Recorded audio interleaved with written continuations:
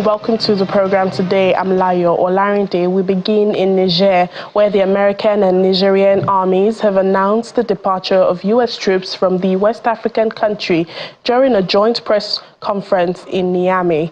Both countries signed an agreement back in May for the withdrawal of U.S. troops. Since then, over 269 items out of 946 and several tons of equipment have already left Niger. Now, before this withdrawal, the U.S. had over 1,000 troops stationed at 2 bases in Niger. The bases were tasked with monitoring Islamist militant groups in West Africa. The Nigerian Ministry of Defense and the U.S. Department of Commerce recognizes the joint sacrifices by the forces of both countries in the fight against terrorism. They are delighted by the mutual efforts of American forces and the efforts of American forces. They are delighted within the capacity building of the Nigerian armed forces and express their commitment to pursue cooperation in areas of common interest.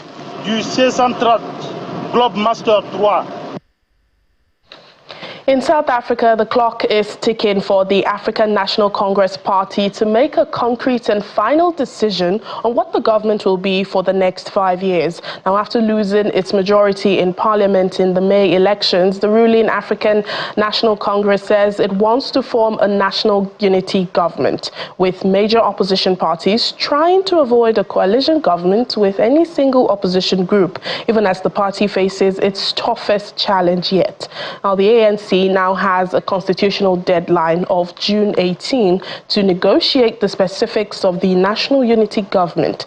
However, South Africa's Free Market Foundation, FMF, has issued a stern warning against the proposed government of national unity, which seeks to incorporate opposition parties into the ruling coalition. Or the FMF argues that such a move, spearheaded by the country's president, Cyril Ramaphosa, following the African National Congress National Executive Committee meeting last week, threatens the essential accountability and independence of the opposition. For more on this, we're now being joined by Free Market Foundation Communications Manager Morne Marlon. Thank you so much, Mr. Marlon, for your time on the program. Good evening. Thank you for the opportunity. Now, what specific aspects of this proposed government of national unity does the FMF believe most threatens the accountability and independence of the opposition parties?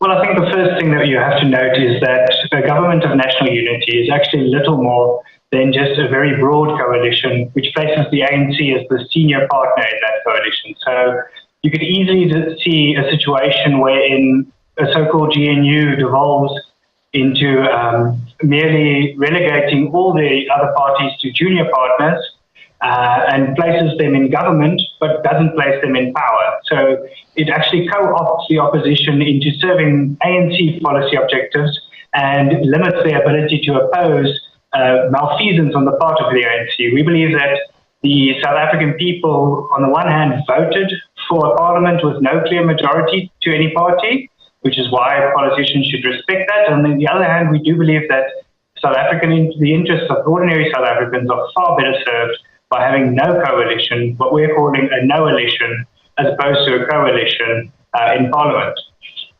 You know, some experts believe that, there are advantages to both the coalition and a government of national unity. Can you elaborate on these merits compared to a government of national unity? Yes, well, the way we see it is that the problem that we've had in South Africa for the past 30 years is that power was concentrated both on the executive level as well as on the legislative level. So when it came to promulgating new laws and when it came to effectuating those laws through the executive, those were both controlled by the same party. Those same risks exist even when there is a coalition. You still have this intermingling, this centralization of power. We believe that a far better system is one where both of these elements are devolved. One where on the legislative side, when the governing party wants to propose a specific law or wants to amend specific legislation, then they have to get broad consensus. Smaller parties should be allowed on a case-by-case basis to be to either support or to decline to support certain legislation. And when you do have the separation of parties, then it finally, for the first time in 30 years, makes it possible for Parliament to hold the executive to account for not doing their job. Whereas under a coalition, it would be very difficult for the junior partner in the coalition to attempt to hold the senior partner or the agents of the senior partner to account. And, there are concessions that would be made, from the parties. What would you say are those important concessions opposition parties should demand if they were to consider joining a coalition government?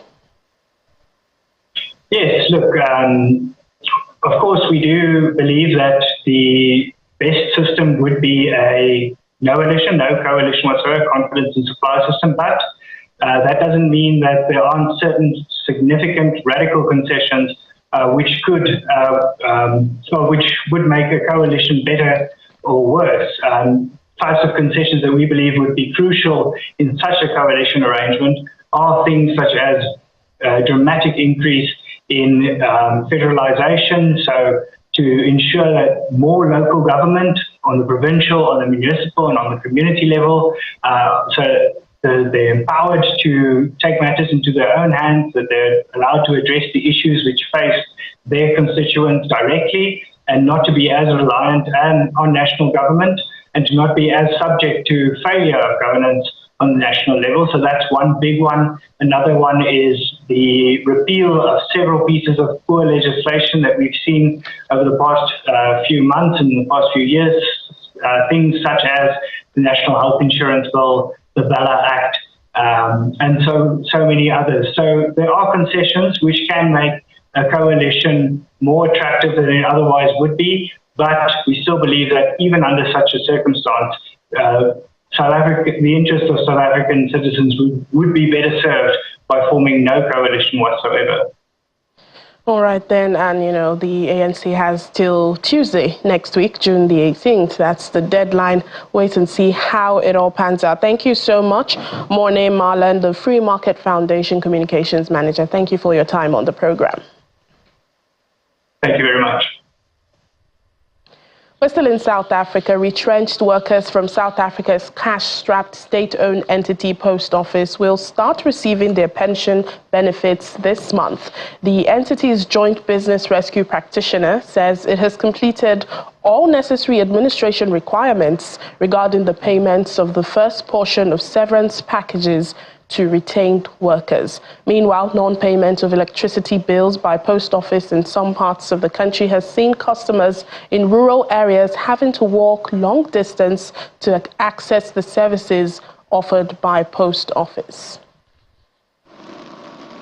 The Post Office's business rescue practitioners have completed all the necessary administration requirements regarding the payment of severance packages to retrenched employees. This means that they can make early payments of the first tranche of the retrenchment packages, which will reflect in ex-employees' accounts from week beginning 10th of June. First tranche payments were originally anticipated to be made by the end of June. Tranches 2 and 3 severance payments will be made this year in September and November respectively, as agreed with the Employee Committee and Organised Labour.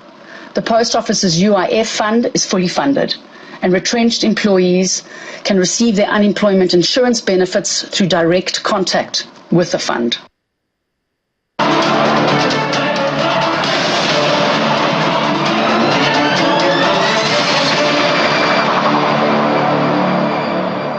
International aid group Doctors Without Borders says the Rapid Support Forces paramilitary group fighting Sudan's military for over a year now have attacked and looted a health facility in the western region of Darfur, forcing its closure.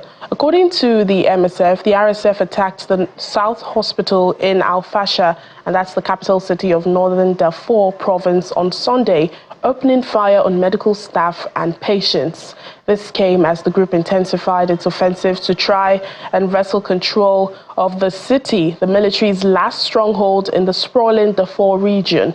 2 weeks of fighting last month in and around Al Fasher has killed more than 120 people.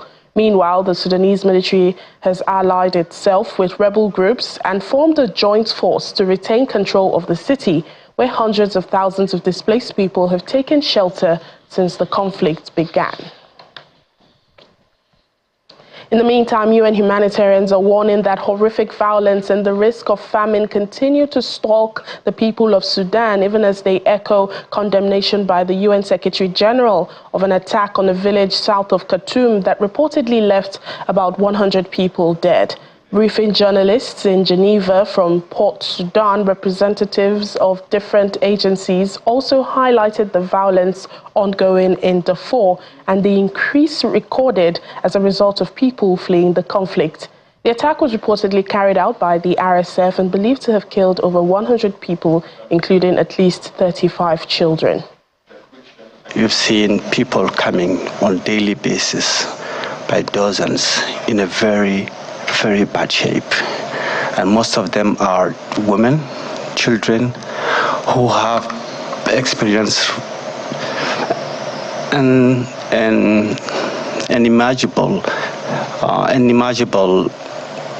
trauma. For the UN, Al-Fashir is inaccessible either cross-line or cross-border.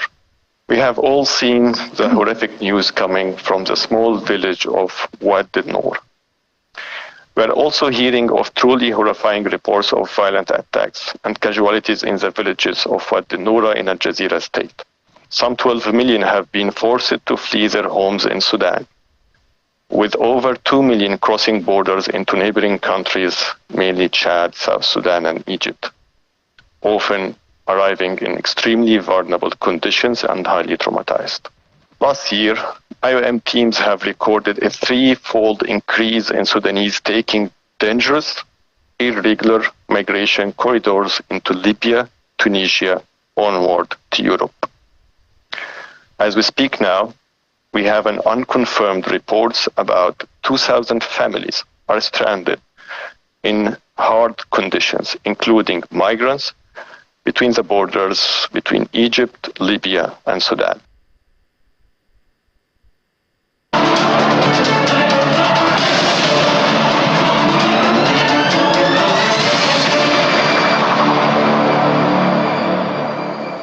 In South Sudan, the United Nations mission in the country says it continues to support the efforts of local authorities to contain the situation in Tambura in Western Equatorial, where the renewal of violent conflict has resulted in tens of thousands of people being displaced. Most women, children, and elderly persons have fled their homes to seek shelter next to a temporary UNMISS base in Tambura, even as peacekeepers are on the ground to reduce tensions and to do anything else they can to ease their suffering. On the arrival of the UN mission delegation, Jane Coney, head of the UNMISS field office in Yambio, expressed the mission's commitment to the people of Tambura. We want a call for peace. We don't want to war. This is what we have been standing for. We don't want to war. We don't want to conflict, especially we women. We want to food. We want to cultivate. The renewed conflict in Tambura continues to cause suffering. As the partners of peace, we remain committed to work with you towards attaining sustainable peace and development. Lengthy jail terms have been handed to 22 Chinese citizens and a Cameroonian man for cyber-related crimes in Zambia. The gang's only female convict was given a 7-year sentence by the Lusaka Magistrates Court, while some in the gang, including its mastermind, received up to 11 years in prison. The group's members were also fined between $1,500 and $3,000 each. Zambian authorities say victims as far afield as Singapore, Peru, and the United Arab Emirates fell prey to their online scams. After a trial lasting several weeks, the perpetrators pleaded guilty on 3 charges: computer-related misrepresentation, identity-related crimes, and illegally operating a network or service. The 22 people jailed are among a bigger group of 77 suspects arrested in April in connection with what authorities call a sophisticated internet fraud syndicate. Now, Zimbabwean President Emmerson Mnangagwa says Russia and China have helped his country gain independence. He acknowledged the support Zimbabwe has received during a recent interview in Russia on his visit to the European country upon invitation by President Vladimir Putin. The president expressed his gratitude to both countries and condemned Western sanctions against Zimbabwe, labeling them as illegal. President Mnangagwa also expressed gratitude to Moscow for its assistance in supplying fertilizers, saying it was a critical component in ensuring food security for the nation. The primary objective of any government is to secure food security for our people. In that process, to achieve food security, we need fertilizer.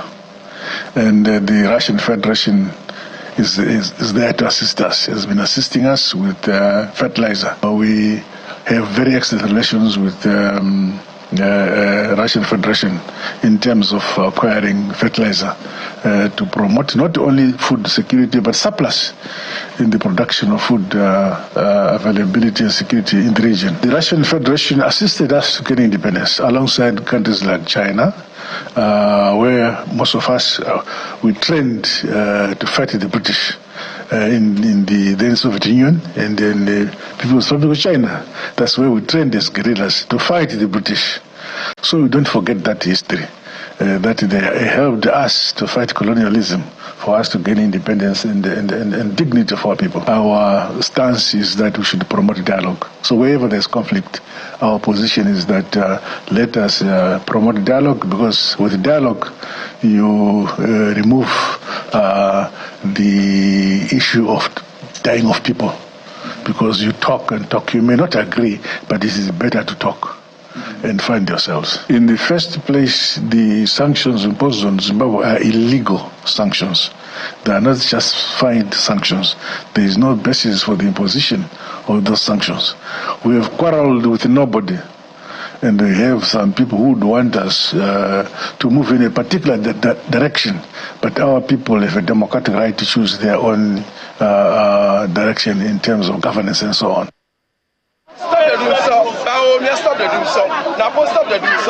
Ghana has struggled with intermittent power. So Ghana's capital, Accra, was rocked by a massive demonstration over the weekend as civil society groups took to the streets to demand an end to chronic power shortages in the country. Timed to start at dusk, the time when several neighborhoods of the capital is set to go dark due to electricity cuts, the rally momentarily brought vehicular traffic to a standstill along a typically busy Medina Road, and it was led by popular actress Yvonne Nelson. The coalition of civil society groups, entertainers and business owners took to the streets to pressure the government into finding a lasting solution to the energy crisis. The outages, which are locally called Dumso, is said to be affecting everyone across the country.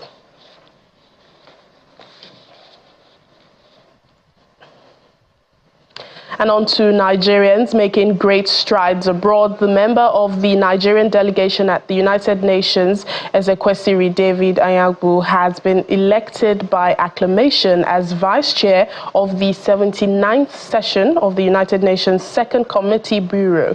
The last time a Nigerian was elected as one of the principal officers of a UN annual session was in 2019, when Ambassador Tijani Mohamed Bande was elected as the president of the 74th session of the UN General Assembly.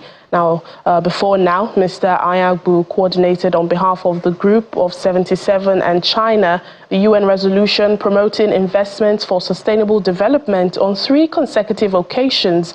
He also facilitated and coordinated in national capacity the UN resolution strengthening voluntary national reviews through country-led evaluation that was adopted by the UN General Assembly on the 26th of April 2023. We're speaking exclusively with my colleague Amarachi Ubani on our Foreign Affairs program, Diplomatic Channel. He explained how his new role opens up more opportunities for Nigeria. To the country of Nigeria, of course, at the moment, this year is a very critical year in terms of turbocharging the implementation of the SDGs. So it certainly means a lot when just opposed with the fact that Nigeria is also leading on various initiatives in the 2C. Of course, we are pushing for the adoption of the UN Framework Convention on tax cooperation, international tax cooperation, and this of course is in tandem with the renewed hope initiative of Mr. President and the 4D foreign policy as articulated by the Honorable Minister of Foreign Affairs. And of course, Mr. President, upon assumption of office, did sign 4 executive orders on to curb multiple taxation and to boost ease of doing business in Nigeria. And he also established the Presidential Task Force on Fiscal Policy and Tax Reform.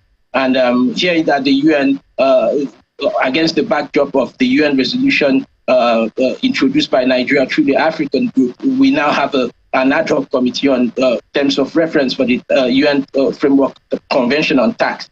And they should come up with an outcome document by August. So certainly my election will certainly help Nigeria, enable Nigeria to consolidate and deepen various multilateral economic initiatives at the UN.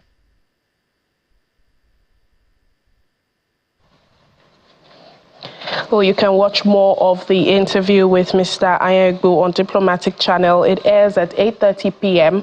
on Sky 515 and 11:30 p.m. on DSTV channel 420. And to Nigerians making strides here in the country, stakeholders in the country's education sector have been challenged to emphasize the development of creative knowledge and skills in school children, as this would go a long way in ensuring a brighter future for them. Well, the founder of Realize Global Empowerment, Ireti Adeshida, has been working towards imparting such skills in young Nigerians. And the latest stop is the Alagbaka Estate Nursery and Primary School, a public school in Akure, the Ondo State capital. Listen. This is the Alagbaka Estates Public Nursery and Primary School in Akure, Ondo State capital. And founder of Realize Africa Project, Ireti Adeshida and his team of resource persons are here to impart some knowledge and skills on the pupils. Who wants to try? Yes. The pupils are taught the art of hand painting, part of Realize Africa's efforts to reach out to those who may not have the opportunity to learn such skills. Then a health talk on how to maintain a healthier lifestyle. So when we don't cover our food properly, and houseflies come from different places, as we have said, from where? Toilet, gutter, sockaway. What are we inviting? Again? What are we inviting? So we don't want cholera. Cholera is what? An enemy. Cholera. Now, for somebody who has diarrhea, what is diarrhea? Other skills imparted on the kids include phonetics, music, featuring songs in guitar, as well as dancing. Walk around and say,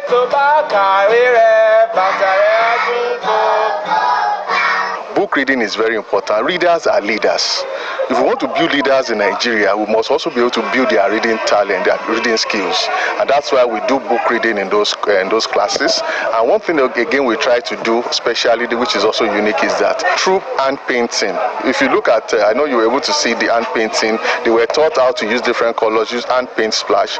And with that, there's a message, I will, I can, and I will make it. One of the resource persons says she is impressed with the response of the pupils. Yeah, they did well. They did well. At first, they were kind of not very responsive, but as we went on with it and we tried to engage them the more, they started responding, they started participating, and at the end of the day, it was so good. It was well done. Their response was fine. It was good. The pupils talk about what they've learned and their career goals. We were taught national values, and it's all about how to promote our culture. So that is how we dress, how we talk. We are supposed to learn how to speak our own dialect. The best pupils in primaries 3 to 6 were given food gifts, footwears, and a pen case. That's it on the program today. Thank you so much for watching. I'm Layo Olarinde.